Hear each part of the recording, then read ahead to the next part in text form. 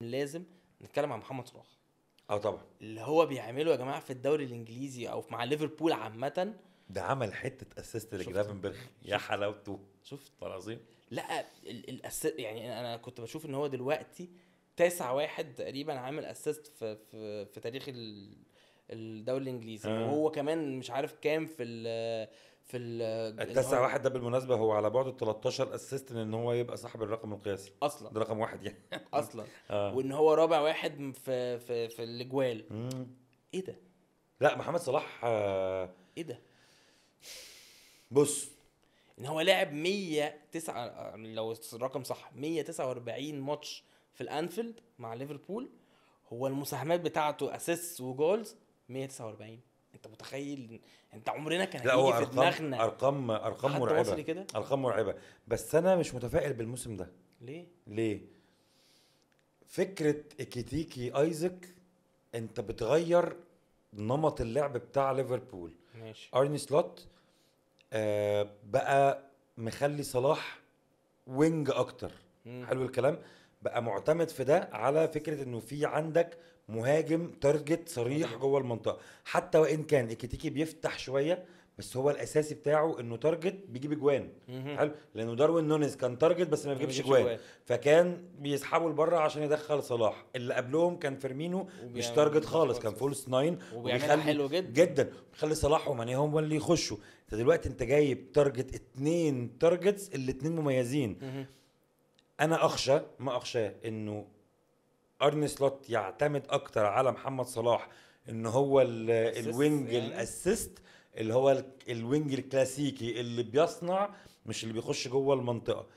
هنا ده هيتحكم فيها حاجتين: قدره ايزك واكيتيكي على التأقلم مع فكرة ان هو يسحب لنفسه بره عشان خاطر يدخل محمد صلاح جوه. ماشي. وقدرة فريم بونج على ان هو يفتح خط. وانا شايف كمان ما احط معاهم كده ان فكرة ان صلاح اصلا يتقبل فكرة ان هو انا هعمل اسيست بس مش عايز اجيب جوان. لا ما هو انا بتكلم في الناحية التانية. اوكي. انه محمد صلاح امتى يخش جوه المنطقة امتى يكون كات انسايد امتى يكون وينج بيجيب جوان امتى يكون مهاجم. حلو انه الحالتين دولت يتعملوا. واحد انه اكيتيكي وايزك يتقبلوا فكرة ان هو يسحب نفسه لبره عشان يسمح لصلاح انه يدخل. والتانية انه فريم بونج يبقى بيطير او بيبقى بيعمل نفس عدد الاسيستات. لانه خلي بالك اتفرج على اكتر حاجة سيجنيفيكانت في اداء محمد صلاح هتلاقي وجود ارنولد وراه. التفاهم كان مش طبيعي طبعا. وانا بتفرج على ماتش ليفربول ايفرتون في ديربي الميرسي سايد كونر برادلي كان الباك اليمين عشان خاطر بنزله عشان يدافع على جريليتش. قصه كده يعني عشان فريمبونج بيطير طول الوقت فمحمد صلاح بقى طول الوقت لازق على الخط عشان ما عندوش الباك اللي بيعمل المسانده الهجوميه فيسمح لصلاح ان هو يدخل. حلو الكلام. لما فريمبونج يرجع في التشكيله الاساسيه انطلاقات فريمبونج هي اللي هتسمح لصلاح انه يدخل جوه المنطقه. هي اللي هتجبر اكيتيكي او ايزك انه يسحب نفسه لتحت عشان المنظومه ترجع تاني شبه منظومه ارني سلوت السنه اللي فاتت وشبه منظومه يورجن كلوب. لو ده ما حصلش وايكيتيكي وايزك بقوا جوه المنطقه لازم احنا نستوعب فكره انه صلاح هيتغير الرول بتاعه من فكره ان هو الكات انسايد اللي بيجيب اجوان لفكره انه الجناح اللي بيصنع. فاهم قصدي؟ بس فانا عشان كده بقول لك انا مش متفائل قوي بمعدل احراز الاهداف في الموسم الحالي لانه اغلب الظن ان الرول هتختلف شويه. يا رب.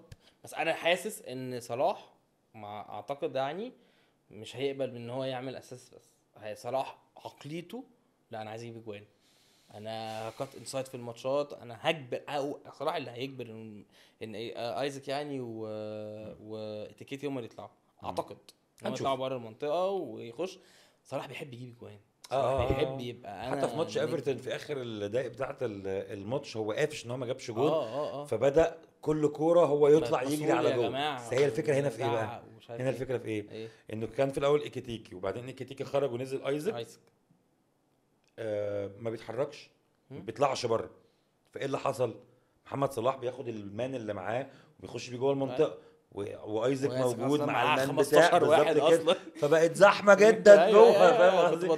فعشان كده بقول لك لازم كل الاطراف يبقى عندهم قابليه انه يغير طريقه لعبه شويه عشان الدنيا تتظبط شويتين. وابرزهم بالمناسبه فيرتس، بس فيرتس هنتكلم عنه لوحده، لانه فيرتس دوره في الملعب فيه تضارب مع كل لعيبه ليفربول.